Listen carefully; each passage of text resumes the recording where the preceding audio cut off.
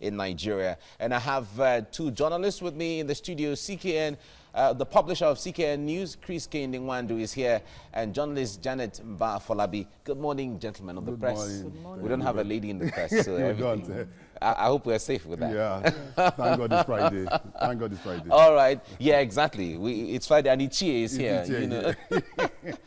Let's begin right away with The Guardian. Let's start from there. Tension as Ganduje queries Sanusi, restricts Emir to palace. Orders him to respond to query within 24 hours. Okay, that's on the front page of The Guardian. Moving now to Daily Sun. Senate presidency. Coast clears for Lawan. Why I stepped down after meeting Buhari, Goje is explaining there. Ndume Cakes insists on contesting. And Namani backs Kalu for deputy Senate president. Okay, that you'll find all that on the Senate, on the Daily Sun. From there, let's go to the blueprint. Senate presidency, it's Lawan versus Ndume as Goje steps down. Backs ex-Senate leader, and Goje, man of integrity, reliable, committed. APC and the El-Rufai are saying that. And the CNA confirms June 11th for 9th National Assembly inauguration. Okay, that's on the blueprint. From there, let's go to the Nation. Battle for deputy begins as Goje steps down for Lawan. Omar Gege, Alimikena, Boroface, Kalu seek slot. Okay, that's all on the front page of the Nation. Vanguard is the last one here now. Christian on security, insecurity, alleged Islamization. Christian elders misfired on Buhari. Muslim groups are saying that Buhari is a nominal Muslim, not committed to any group. Shiites saying that. NCEF's petition to UK Parliament intended to inflame Nigerians. NASFAT is saying that. And petition by Christian elders prang to score cheap political points. MPAC is saying that a presidency source, UK trip, waste of time, Afenifere can or Haneze react. Okay, still a back and forth thing there on the Vanguard. All right, gentlemen, let's look at the race to National Assembly. There was a valedictory session yesterday which was held, and that brings an end to the 8th National Assembly, and we're looking forward to June 11, the beginning of the 9th Assembly. But certainly the build-up to that now is all of the politicking, who becomes the next Senate president, who becomes the next Speaker of the House of Reps, and so on. Janet, let me start with you on this. How would you see the build-up generally, where it seems like the campaigns are going even beyond the National Assembly membership, where it is them and they alone that can vote and decide who becomes Senate president? I think the build-up is going to be even more intense. As the days draw closer? As it draws closer, even to the eve of the election. And the reason is that a lot of people are interested in who is going to be the leader of the Senate, because that goes a long way to determine a lot of things. We saw what happened in the last, between the last one, the one that left yesterday, and the present government, how there was a tug of war. You know, each party trying to prove tougher than the other. And that slowed down a lot of things. It was like the fight of two elephants where the grass now suffered. The masses suffered for it. There was truncated development. There was arrested development. All the development that were supposed to have taken place in 4 years in terms of infrastructure and other things could not take place because either budget was not passed or it was padded and all that. So it was going back and forth, back and forth. There was no good relationship between the Senate and so now, all these senators, you know, they may all be APC members, but they are not there with one mission. They go there with different missions from either their people or those who sponsored them. So that's why you see this kind of intense lobbying. All right, Chris, on the front page of the blueprint, for instance, on this, this line that says, Goje, a man of integrity, reliable, committed, you know, and all of that. All these adjectives to describe him. Others would say in the first place, the party took a stand from day one, and they expected all members should have, you know, stood behind the party line. But they didn't until this point, and then he becomes a man of integrity, reliable, committed, and dependable. Yes, the fact is that the ruling party don't want what happened in 2015 to happen again. Okay. And that is why they are trying to take the bull by the horn. And they realize that what happened in 2015, both in the red and green chamber, wasn't exactly what the party wanted. If you remember vividly, this same Bajabia Miller that is contesting now was anointed son for the House of Rep Speaker in 2015 before Dogara came up. Dogara wasn't even in the picture. Then that of Saraki too. And just as Janet rightly said, we all realized what happened between 2015 and 2019. We had the executive and the legislative had a cat and mouse kind of relationship. So, but describing with all these adjectives, that are we just knowing that now? Well, that is politics. But don't forget that nobody knows what will happen to the last day. Because underrated, if for any reason, and which is why I like some of the, especially Lawa, what he's doing, he's reaching out to the opposition party. Unlike what their national chairman said, that they don't need the opposition party. The opposition party could actually be the spoiler on that day. And it's only the senators that can vote, and it's only the House of Representatives. People can only wish or make a suggestion and endorse. I have some people endorsing certain people. It is only 109 senators that we vote, and also 360 House of Representatives members that are going to vote. So, but the code seems clear for Lawan now. Bajabin Alap for the small sketches here and there, and some of the things we are hearing. But I think that for him too, he will get it. I think the main fight is the deputy senate president and the. Okay, whether it would stay in the, it will go to the opposition or it will remain in the ruling party. Now, Janet, the point there is, are you expecting any kind of upset on that day, in as much as the party has taken a stand and it seems party members are falling in line with the party decision, but are you likely seeing any upset? If what happened in 2015 is what we should use as a basis for this analysis, there may be an upset because Saraki was not supposed to be the Senate president. Exactly. But at the last minute, something happened and it became. And that was the seed, that was the day the seed of discord was planted, the day he became the Senate president. And we was not supposed to, supposed in quotes now, because those who didn't want him there. And that's caused the problem. So anything can happen in politics. You know, it's a stage.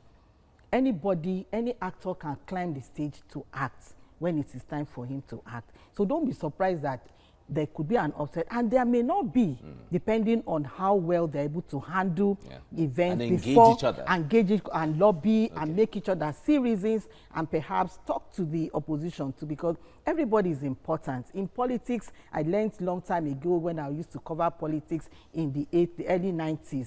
You know that everybody is important. You don't drive away anybody. Or underrate anyone. You don't underrate anyone, and you don't disregard anybody. Right. Everybody is important. Bring them in. At the end of the day, it's still the will of the majority that will prevail. Okay. Chris, the point there is whoever becomes the Senate president, Nigerians are just waiting for the next dispensation to kick off, and go ahead. Exactly. It is left for senators to decide whether they all will agree and then follow the party line, and otherwise, if they want their own way, as the case may be. But looking in the next dispensation, going forward, what do you think should be at the front burner of the ninth assembly as they take over? Definitely, we have several challenges. First and foremost is the economy, which is very key and germane. That is, then secondly is the issue of insecurity. Nigeria, we are facing serious challenges. Does the National Assembly really have much to do with They do, because don't forget, legislation is very, very key in every democracy. Okay, so it is whatever they vote to come up with, either through the executive bills or legislative bills that they come up, that the executive are going to, and don't also forget that issue of, just as Jenny mentioned, the issue of budgeting and rest of them. So what we need is a National Assembly that will work hand in hand with the executive to be able to execute most of this program that the executive is coming up, but not a legislation that will be just a rubber stamp. Now, whatever the executive says, they say, oh, the eyes have it, the heights have it. That's not what we want. We want a robust Ahmed Lawan, Senate President Hopeful, had said it earlier that they would not, if he becomes the Senate President, that they would not become Or Yeah, there will not be a stamp. rubber stamp? I hope so, and I pray so. I hope so, and I pray so. Well, not with the endorsement of the president already, but I think that we should be able to have a more cordial relationship in this All right. Ninth Assembly. Janet, there's a move to start working on the 2020 budget from the reports we get, because the president wants that cycle of January to December to kick in from next year, all things being equal. How tasking would that be for the next Ninth Assembly? I don't think it's going to be tasking for them. What is their main responsibility? Is it not there to go and work for the people that voted for them, and most of the time they go on break? So they could reduce the time they go on break and work on the budget, because without the budget passage, nothing can move. We need the budget for a lot of things to be done, infrastructure to be done. And I feel that the work is not going to be too much. Even now, some Nigerians are saying they are not doing enough. They have all the time and they are getting all the money. So they should work and justify the money that they are earning. All right. Janet Mba Folabi, thank you so much for coming. You're welcome. And Chris Kende, thank you very much as well. It's nice to be here. Yeah. I have with me in the studio publisher CKN News, Chris Kende Wandu, and publisher Straw Report, Janet Mba Afolabi. Thank you for coming on TVC Breakfast. Thank you very much for having us. All right, let's head straight to the papers, and I start with The Guardian. Tension as Ganduje queries Sanusi restricts Emir to palace. Orders him to respond to query within 24 hours. Then we'll move to the front page of the Daily Sun. Senate presidency. Coast clears for Lawan. Why I stepped down after meeting Buhari Goje. Ndume Kicks insists on contesting. Nnamani backs Kalu for Deputy Senate President. We go to the front page of the Blueprint now. Senate presidency, it's Lawan versus Ndume as Goje steps down. Backs ex-Senate leader, Goje, man of integrity, reliable, committed. APC El-Rufai speaking. CNA confirms June the 11th for 9th National Assembly inauguration. To the front page of The Nation, battle for deputy begins as Goje steps down for Lawan. Omo Agege, Ali Kimena, Borofis, Kalu, sick slot. And finally, on the front page of the Vanguard, insecurity, alleged Islamization. Christian elders misfired on Buhari Muslim groups. Buhari is a nominal Muslim, not committed to any group. Shiites. NCEF's petition to UK Parliament intended to inflame Nigerians. NASFAT. Petition by Christian elders pranked, scorchy political points. MPAC. Presidency source, UK trip, waste of time. Afenifere can Ohaneze react. All right, we'll be looking at this story on the front page of the Vanguard. Now, this statement, as you can recall, is stemming from when the president, after his inauguration, went to the Organization of Islamic Cooperation, that's the OIC meeting, and, the Nigerian Christian Elders Forum reacted that the president is pursuing jihad and not tackling or taking the security situation seriously. And now the Muslim groups are reacting that the Christian elders misfired on Buhari. Now, is the security situation suddenly taking a religious coloration? I'll start with you, CKN. Yeah, sort of. But on a more serious note, the statement by the elders, I don't think is misplaced as far as I'm concerned. Don't forget, this is not the first time that any Nigerian president will be attending the OIC meeting. I remember during the time of President Goodluck Jonathan, even as a Christian, he attended that meeting. So it doesn't really, for me, it doesn't really matter. I think that what we should be more concerned now is how to reconcile the country and how to reconcile our citizens rather than just bringing up issues that will continue to divide us. We have serious security challenges. Yes, they said that, and everybody knows that. And I know that so much is being done to tackle that.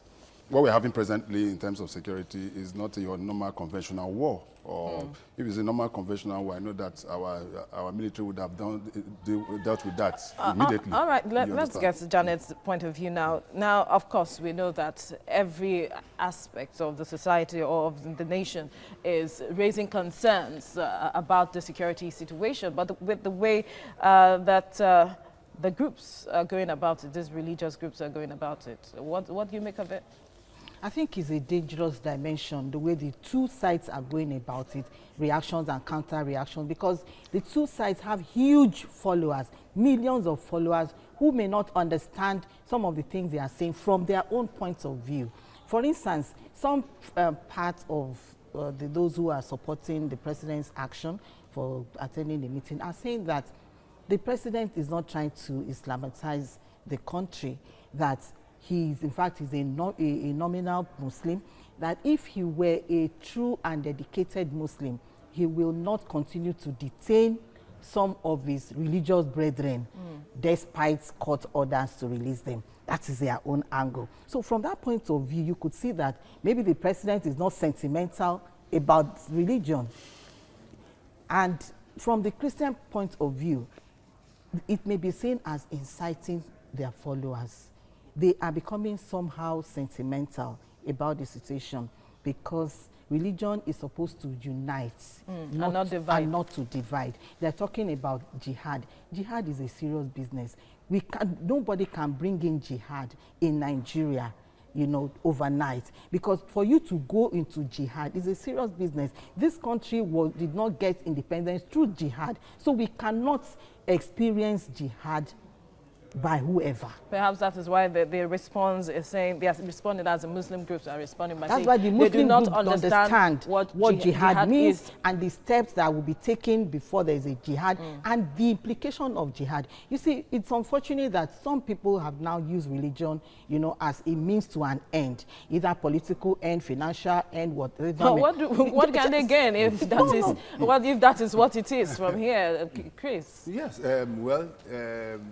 they have a lot to gain because that is the only way they can continue to suppress the Nigerian people. Once you bring in the issue of ethnicity, you bring in the issue of religion, those key elements is what the elites normally use to galvanize their supporters and the rest of them. Oh, why they're doing this to me is because I'm not from their part of the country. Why I'm doing this, they're doing this to me is because I'm not of the same religion. But going back to religion, we have to realize that even the Nigerian constitution specifically says that Nigeria has no state religion. Okay, Nigeria is a neutral country. So that's, and it's not only Christianity and Islam. We also have our own, yes, we have other religions. That some people that don't practice those religions. Some people in my village practice the normal traditional religion and the rest of them. So when you are talking about Christianizing or Islamizing the country, then it becomes a problem. I think, as I said earlier on, is that our leaders should watch what they say. They should watch what they say because they have some level of followership, just like Janet said, that anything that they say, most of them just take it like that. Like there have been instances where, for example, in the north, where some religious leaders have been able to, don't forget where we go to, with Boko Haram. Do you know how it started? It's just by the preaching of a particular person, Islamic cleric, started saying something and the rest of them. Before then, they took it beyond what he was saying. You understand what I'm trying to say? Now that led us to what we have today. So I think our leaders should be more interested in the things that will unite us rather than things that will divide us. And that is what I think. And when you even look at the several security situations, kidnappings, the killings in the northeast, it has no religious coloration. So what direction now should this Christian or the leaders of both whether Christian or Muslim should be looking at when it comes to, like you said, they have huge following. How should they be uniting the front of ensuring that, you know, this security situation, they can preach that religion to ensure that those who are practicing these things that are amongst those religions should, you know, hold back? I think they should be more concerned about peace in the country, whether you're a Muslim or you're a Christian, whoever you are. The primary thing is that you are a Nigerian. And the leaders should be very careful about their choice of words, because words have great powers. Power to incite, power to kill, and power to even free people from mental slavery. So they should be careful about their choice of words so as not to set the country ablaze. Whatever they say is taken hook, line, and sinker by some of their followers, not all of them. Some can reason and say, no, we won't take this. But others, many others will not. So they should always consider the peace of the country primarily before making any statement, before making statements that may bring the country incitement down. And talking about Islam and Christianity, you remember that Yerima, the first governor of Zamfara, the first elected governor of Zamfara, he laid a precedent of also not respecting the laws, existing laws. He went ahead and introduced full Sharia in Zamfara, and which other northern states now followed. Some other northern states now followed, and nothing happened. So a precedent had been laid. So if you are saying that the president is also not obeying court orders, how about Yerima? What happened in Sharia? So I'm just taking us back to history, yes. Another aspect, quickly, Chris, is the aspect of the fact which they spoke about here yesterday. The Nigerian Christian Elders Forum, took this case to the UK, saying that the UK Parliament saying the president wasn't doing enough with regards to insecurity. Was that necessary step to take? I wouldn't know what the UK Parliament is going to do about the security situation in Nigeria. It is our problem, and it is here we are going to solve it. If they have someone like General Danjuma, who was former Chief of Army Staff, knows so much about issue of security, and I believe that if there's any kind of any reservation he has on the issue of security, he knows the right people to talk. Most of the people there, including President Buhari, were his boys when he was in the army, just like General Olusegun Obasanjo. I think, yes, they are trying to bring some level of international attention to that, but what has the international community been able to do? Don't forget that during the Goodluck Jonathan administration, we had serious problem procuring arms from this, most of these Western countries, most of them, the United States, the United Kingdom, and so many of them refused to sell arms to us to be able to prosecute this war. So I wouldn't know if by their going, whether that will be able to make them any solution to that. But let's wait and see. All right, Chris Kehinde Nwandu and Janet Mbafolabi, thank you for your time on TVC Breakfast. Thank you very much.